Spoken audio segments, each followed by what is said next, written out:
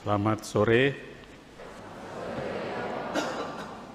Beberapa hari lalu saya ketemu Romo Muji, muncul tiba-tiba di kamar. Lalu Romo Muji cerita yang belum pernah dia ceritakan, lalu menyampaikan pesan, nanti kalau ada kesempatan tolong cerita saya disampaikan kepada orang-orang begitu. Saya bilang siap bro. Katanya kamu meninggal kok masih ada gitu dia. Ya, yang meninggal badannya tapi jiwa saya masih hidup gitulah. Lalu Romo Muji cerita dia hobi memelihara burung. Kemudian suatu hari dia pergi ke pasar, lalu ada orang yang jualan burung itu sudah kenal Romo Muji, lalu Romo ini ada burung bagus begitulah. Bagusnya apa?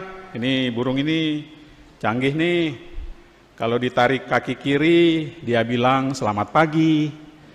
Kalau ditarik kaki kanan, dia bilang selamat sore. Lalu Romo Muji bertanya, kalau ditarik kakinya dua-dua gimana? Sebelum yang jual bersuara, burungnya langsung teriak, ya jatuh, gitu katanya. Ya. Romo Muji senyum aja ya, karena Romo Muji nggak banyak komentar, dia diem aja. Nah, setelah itu Romo Muji beranjak lagi ke tempat lain karena burung ini mahal ya. Sebagai seorang imam pas-pasan lah uang sakunya begitu. Sayang ekonom gak ikut ya. Lalu dia lihat lagi beberapa tempat jualan burung, kemudian ada yang panggil, Romo sini Romo, ini burung bagus nih.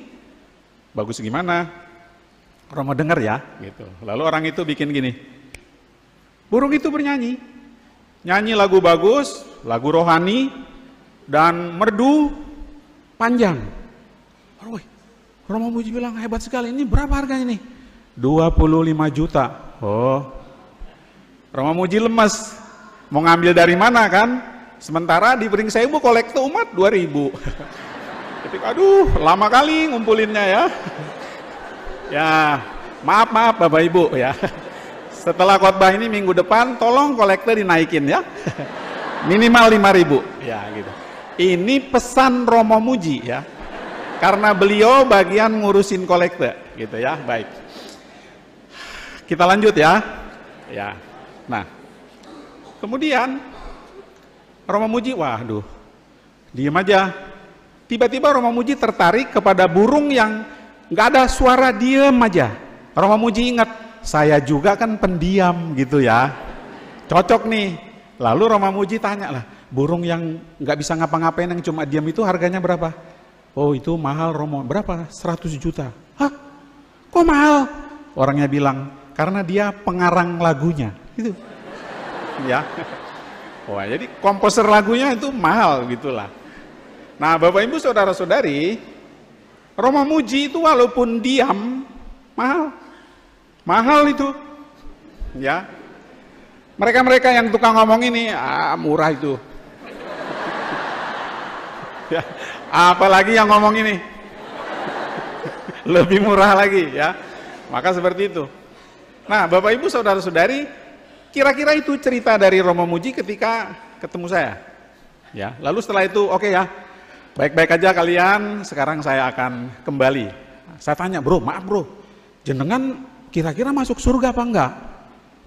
Dia senyum lalu mengatakan, kayak nggak tahu aja. Ya. Lalu jadi Anda masuk? Ora. Lalu saya tanya, loh, kenapa nggak masuk? Kamu lupa ya, para Romo jarang masuk surga. Apalagi ini. Karena para Romo adalah panitia. Panitia nggak masuk sini, di luar. Jaga parkir, terima tamu, ngerokok, kan? Seperti itu. Maka Bapak Ibu, mulai hari ini baik-baiklah dengan para Romo, ya.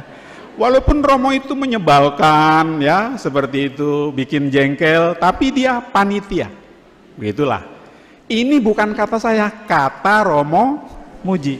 Nah, maka Romo Muji, kita di sini doa supaya beliau masuk surga segala macam, nggak masuk. Karena panitia. Nah, begitu. Ya, kalau suster pasti masuk surga, nggak ketang 2 hari keluar lagi masuk. Ya, seperti itu. Ya, suster kan. Setelah ini pasti ada yang protes sama saya. Romo gitu, biasanya yang tua-tua ya, nggak apa-apa. Beberapa mukanya udah jelek nih, gitu ya. Seperti itu, nggak apa-apa suster ya. Saya minta maaf sebelumnya. Yang nyuruh saya khotbah, Monsinyur. Marah sama beliau nanti ya, begitulah. Nggak ada angin, nggak ada hujan, tiba-tiba beliau bilang, kita nanti bagi-bagi tugas. Saya pikir tugas apa nih? Bagian khotbah saya. Ya sudah, saya terima aja ya. Maka kalau saya ngawur, yang bertanggung jawab beliau, ya seperti itu. Maaf Monsinyur, ya. Mudah-mudahan saya nggak dipindah kemari ya. 2.000 kolektornya, aduh. Nah, oke. Lanjut lagi, maaf ya Bapak Ibu ya, begitulah ya, seperti itu ya. Nah, Romo Muji selain hobi memelihara burung, tandanya apa kalau beliau suka burung? Siapapun yang menyukai burung itu orang yang telaten, orang yang apa nih? Angelus ya? Romo Muji udah meninggal, udah sabar ya. Perlu Angelus ya? Lanjut kan? Pastur kepala bilang lanjut ya. Harusnya bel itu nggak usah dibunyikan ya, gitu. Ganggu aja. Oke. Nah, kita lanjut lagi ya, seperti itu. Nah, baik. Ya. Saya dengar katanya kalau dia nggak ngebel itu gajinya dikurangi. Waduh, poeng, ya seperti itu. Nah, jadi yang hobi memelihara burung itu pasti orang yang telaten, orang yang tekun dan orang yang tipenya penyayang. Dan itu ada pada Romo Muji. Seperti itu. Itu yang pertama. Beliau adalah orang yang telaten, yang tekun dan penyayang. Seperti itu. Yang kedua, beliau juga hobi mengumpulkan batu aki. Ya, maka sering pakai yang besar-besar. Biasanya orang menghubungkan nih kalau suka batu aki pasti kleni. Enggak, Romo Muji bukan kleni, dia klerus. Ya, klerus itu imam. Ya, nah kalau mereka ini juga klerus, tapi 3. Klerus, klera, kleru. Nah itu, ya. Maka suka keliru-keliru, begitulah ya, dimaklumi. Baik. Kecuali Bapak Uskup, maaf Monsinyur ya. Ya. Pokoknya kalau saya nunjuk ke sini, Monsinyur nggak masuk ya. Yang lain di luar Monsinyur ya. Kualat gua nanti ya. Seperti itu. Nah, maka Bapak Ibu saudara-saudari, Romo Muji suka dengan batu aki. Mengapa? Karena beliau orang pandai. Betul. Waktu kuliah beliau juga termasuk kalangan yang pandai. Pandainya bukan menghafal, tetapi menganalisa. Maka beliau nggak banyak omong. Beliau itu mengamati, walaupun untuk mengungkapkan agak susah karena penyakit. Sempat stroke. Hanya orang-orang yang IQ-nya beres yang ngerti beliau, gitu aja. Maka kalau Bapak Ibu waktu beliau khotbah nggak ngerti, itu soal IQ Anda, ya. Bukan masalahnya pada Romo Muji, ya seperti itu. Betul, karena Tuhan mengerti apa yang dibilang Romo Muji. Tuhan aja tahu, kan? Maka kalau Anda merasa Romo kok khotbahnya gitu, Bapak Ibu periksa IQ Anda, ya. Jangan menyalahkan Romo, seperti itu. Jadi yang kedua batu aki. Yang ketiga, Romo Muji hobinya mancing. Ya, bukan mancing masalah, beliau mancing. Hampir semua kolam yang ada di Indonesia ini pernah dipancing. Serius. Ini beberapa teman mancingnya, tapi kalah sama Romo Muji ya. Romo Muji itu mancing tuh pasti dapat terus. Maka beberapa Romo yang nggak dapat pergi ke sebelahnya Romo Muji, dipikir oh ini pasti banyak ikan di situ kan. Ikan tahu mana orang yang memang tulus dan yang tidak, ya seperti itu. Maka Romo Muji dapat terus mancing. Mancing itu artinya orang yang sabar, orang yang sabar, orang yang tidak gerusa-gerusu, orang yang tenang, meditatif, kontemplatif, hening bersama ikan. Maka beberapa ikan di beberapa kolam mulai bertanya-tanya, Bapak yang rambut putih itu kemana ya? Gitu. Lalu temannya ada yang nyeletuk, jangan-jangan nyapres loh, gitu ya. Temannya, salah bro, salah orang lo, bukan itu, beda, gitu. Kalau yang biasa mancing nggak nyapres, dia nyanto. Nyanto itu nyalon santo. Nah, maka tadi saya dipesan sama Romo Jati, nanti khotbah jangan terlalu ngawur, kasihan Romo Muji supaya proses beatifikasinya lancar, gitu loh. Di Indonesia belum ada santo kan, siapa tahu beliau. Romo Anjar tiba-tiba bilang, bro, Romo hati-hati, itu nanti live streaming. Jangan sampai salah omong ditonton banyak orang, begitu ya. Hai, halo, hai, gitulah ya. Nah, baik. Ya, itu alat-alat canggih itu kalau nggak dipakai gimana kan, begitulah. Jadi 3 hal ini Bapak Ibu itu menjadi ciri dari Romo Muji. Walaupun banyak orang yang merasa dirinya Goliat, menganggap remeh seorang Romo Muji. Gak bisa khotbah lah, gak banyak omong lah, pendiam lah, apa seterusnya. Tetapi walaupun seperti itu, semangat Romo Muji adalah semangat Nabi Daud. Dan begitu beliau tidak ada, kita baru merasakan kita perlu seorang seperti Romo Muji. Begitu. Itu yang harus kita sadari Bapak Ibu Saudara-saudari. Maka pertemuan kita pada sore hari ini, pertama kita bersyukur bahwa kita pernah punya Romo seperti Romo Muji. Bahkan kita pernah kenal dan dekat dengan beliau. Kita berharap bahwa suatu hari akan ada lagi Romo-Romo seperti Romo Muji. Sehingga di samping Romo-Romo yang sudah ada yang baik-baik juga ya, begitu. Ada orang yang juga kontemplatif, meditatif, hening seperti Romo Muji. Dan Bapak Ibu jangan berharap kalau bisa lebih pendiam lagi. Nah, itu Romo harus dicari yang bisu ya Bapak Ibu ya. Maka nanti dia khotbah dengan bahasa isyarat ya, seperti itu. Sama kayak Anda lah Bapak Ibu, kalau suami istri kan biasanya suami mengeluh, aduh istri saya cerewet banget ya gitu. Itu salah Anda. Kenapa dulu nggak menikah dengan orang bisu ya? Seperti itu. Betul ya Bapak Ibu. Tapi harus dibalik, walaupun cerewet, masakannya enak. Itu. Oh, Bapak ini galak dia orangnya, begitulah ya. Walaupun galak, setoran setiap bulan lancar. Gitu kan Ibu ya? Ya, seperti itu. Maaf ya para janda, para duda ya. Begitu.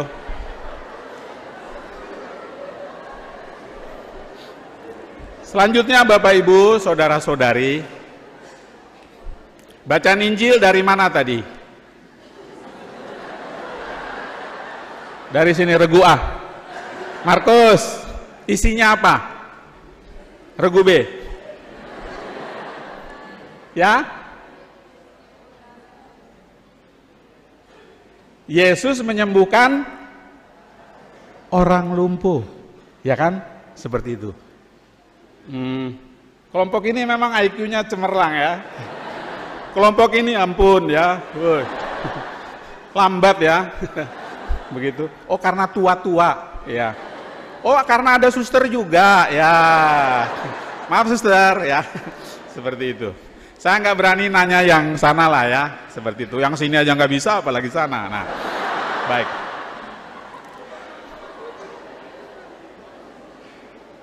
Bapak Ibu saudara-saudari yang terkasih, Romo Muji pasti sudah bahagia. Kenapa? Karena di samping bahwa hidupnya memang sungguh-sungguh menjadi imam yang baik, sungguh-sungguh membawa umat untuk berjumpa dengan Tuhan Yesus, sungguh-sungguh menjawab panggilan Tuhan dengan setia, juga karena kita yang mengenalnya juga mungkin mengasihi, mencintainya, berdoa juga untuk beliau. Maka Bapak Ibu Saudara-saudari, kalau berdoa ingat Romo Muji, okay? Juga romo-romo yang lain yang sudah mendahului kita, yang pernah bertugas di sini. Bapak Ibu sering, Romo tolong doakan kami, ya, didoakan oleh Romo. Tapi Bapak Ibu jangan lupa malam hari doalah juga untuk romo-romo, oke? Ya, juga romo-romo yang masih hidup ini, yang ya begitu. Khususnya romo kepala ya, didoakan seperti itu. Supaya mancung ya. Ya, siapa tahu mujizat kan, woi, keren, begitulah ya. Nah,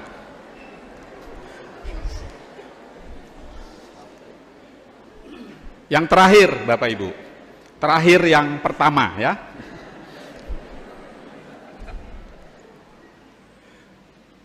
Enaknya Romo Muji dan keluarga adalah gini, nanti keluarga yang lain ketika maaf masih lama ya, 20-30 tahun lagi meninggal, itu nanti di surga nggak mumet gitu. Ya, karena begitu mendarat di bandara surga, itu udah ada yang jemput, Romo Muji yang jemput, ya, keluarga Romo Muji. Wah, langsung. Tapi kalau kita belum punya keluarga yang meninggal, kita pusing, karena surga luas, miliaran orang di sana. Kita nggak ngerti bahasanya, kira-kira kaplingan kita nih di RT berapa, kelurahan apa, provinsi apa, orang ngerti? Yo, itu bisa mungkin 5 tahun pertama cuma ngidar-ngidar kayak orang mumet gitu loh, goleng-gon. Nah, tapi kalau sudah ada yang duluan berangkat itu enak, di bandara disambut. Saya beruntung bapak, ibu, adik saya sudah meninggal.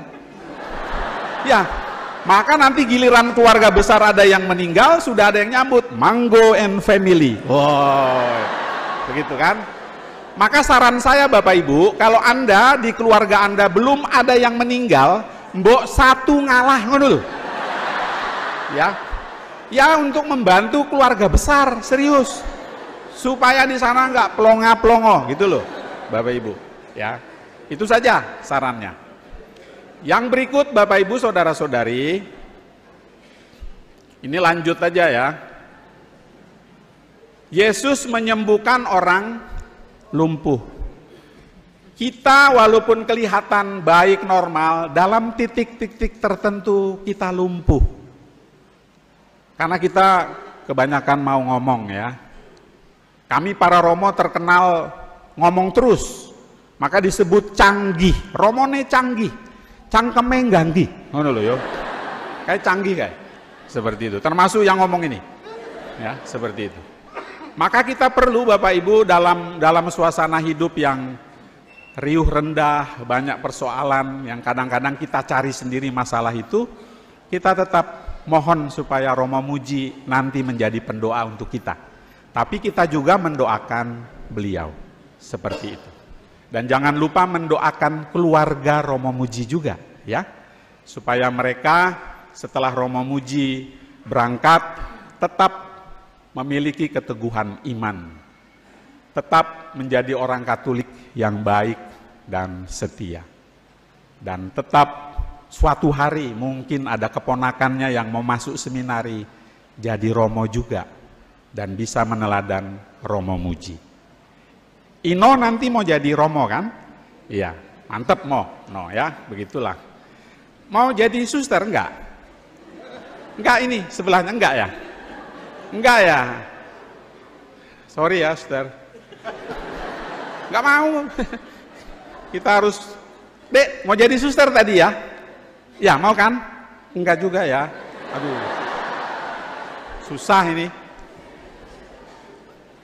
Woi, yang ini langsung buang muka dia. Belum ditanya udah gini. Begitu. Maka saya di stasi bersama Romo Frit di Kota Gajah, kalau ke stasi, pertanyaannya dibalik. Dek nanti mau jadi romo, mau jadi suster. Tapi pertanyaan gini, ojo jadi suster, ojo jadi romo. Itu malah mereka, loh kok nggak boleh romo? Berarti mau ya, gitu. Jadi rumusnya itu, kalau ditanya, semua nggak mau. Tapi kalau dibalik, nggak boleh jadi suster, nggak boleh jadi romo. Mereka malah protes. Artinya mereka mau, seperti itu. Dari Pringsewu yang jadi romo berapa ya? Kan baru anaknya Pak Marjuki itu kan, si Gentolet itu loh, ya, Mbak Yunya ada di sini tuh, beliau. Baru Romo Bambang Condro kan ya, ya. Oh Romo Egi juga ya, ya ada dua. Dua-duanya kayaknya juga nggak begitu mutu ya. Romo Bambang bermutu deng, maksudnya muka tua. Seperti itu. Baik. Romo Egi tugas di mana sekarang ya? Di Kanada. Oh, iya ya. Romo yang lain ada D Nada. Iya. Beliau di Kak Nada. Ya. Adiknya Kak Nada itu D Nada. Ya, seperti itu. Nah, baik. Kira-kira udah ngawur belum nih Romo Anjar saya? Sudah. Direkam ya, masuk siaran langsung nih kan? Kok malah kameranya dipindah gitu? Oh, disuruh ngaleh ngono ya. Wah, penakut nih. Kurang berani kameramennya. Ya. Oh, takut sama pastor kepala ya. Bertobatlah Romo. Bapak Uskup di sebelahmu. Woi, pada senang, ayo lo ya. Nanti kalau dia meninggal baru gitu kan. Masih lama. Sering terjadi begitu kan, di rumah juga sama. Yang diharapkan meninggal masih hidup kan. Yang diharapkan hidup mati ya. Seperti suami istri kayak gitu kan. Biasanya udah sebel nih, kok nggak mati-mati gitu kan, malah yang mati tetangganya, ayu meneh, wah meninggal ya. Maka jadi orang jangan ayu-ayu ya. Bapak Ibu terima kasih untuk kehadiran. Romo Muji pasti bahagia karena Anda juga berbahagia. Baik, yang ngawur-ngawur nggak usah diingat ya. Saya biasanya di Kota Gajah mulai khotbah saya, Bapak Ibu yang ngantuk boleh tidur, yang ingin ngerokok silakan di luar, yang males-malesan leyeh-leyeh waktu saya khotbah, tapi waktu kolekte bangun. Amin.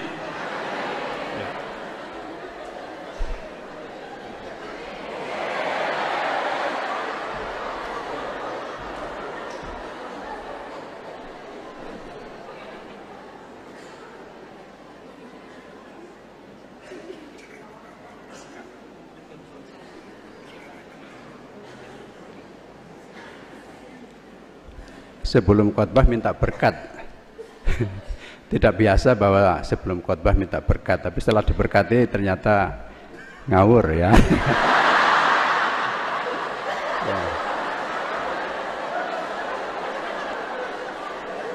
Terpaksa saya tambahi ini, ya saya tambahi. Saya barusan melakukan dialog imajiner dengan Romo Muji. Ya, pesan Romo Muji nanti khotbahnya mungkin edit ya. Diambil yang bagus-bagus ya. Kemudian yang kedua kata Romo Muji, kalau gara-gara khotbah ini kolekte naik, Romanggo dipindah saja ke Pringsewu ya. Ya.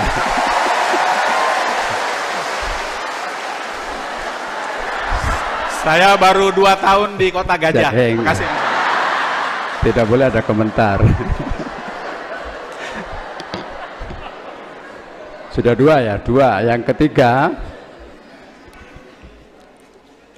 kalau tidak bertobat, nanti Romo Manggo memang spesialis khotbah 40 hari ya. Seperti harapannya tadi, kalau memang makin banyak yang meninggal, makin banyak job khotbahnya. Nah, yang keempat ini yang paling penting. Kalau masih seperti itu, disuruh jadi Vikjen saja katanya. Kok nggak ada yang tepuk tangan? Ya. Sudah pernah. Ya.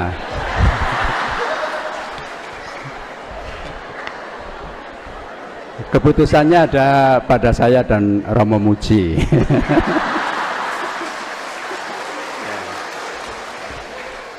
Nanti kami bicarakan berdua ya.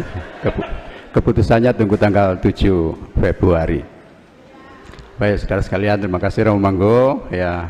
Kita berharap bahwa 40 hari sebagaimana tradisi kita boleh dikatakan melepas kepergian orang yang sudah meninggal, Romo Muji berbahagia di surga dan menjadi pendoa bagi kita semua. Sekarang kita berdiri, kita lanjutkan dengan doa umat.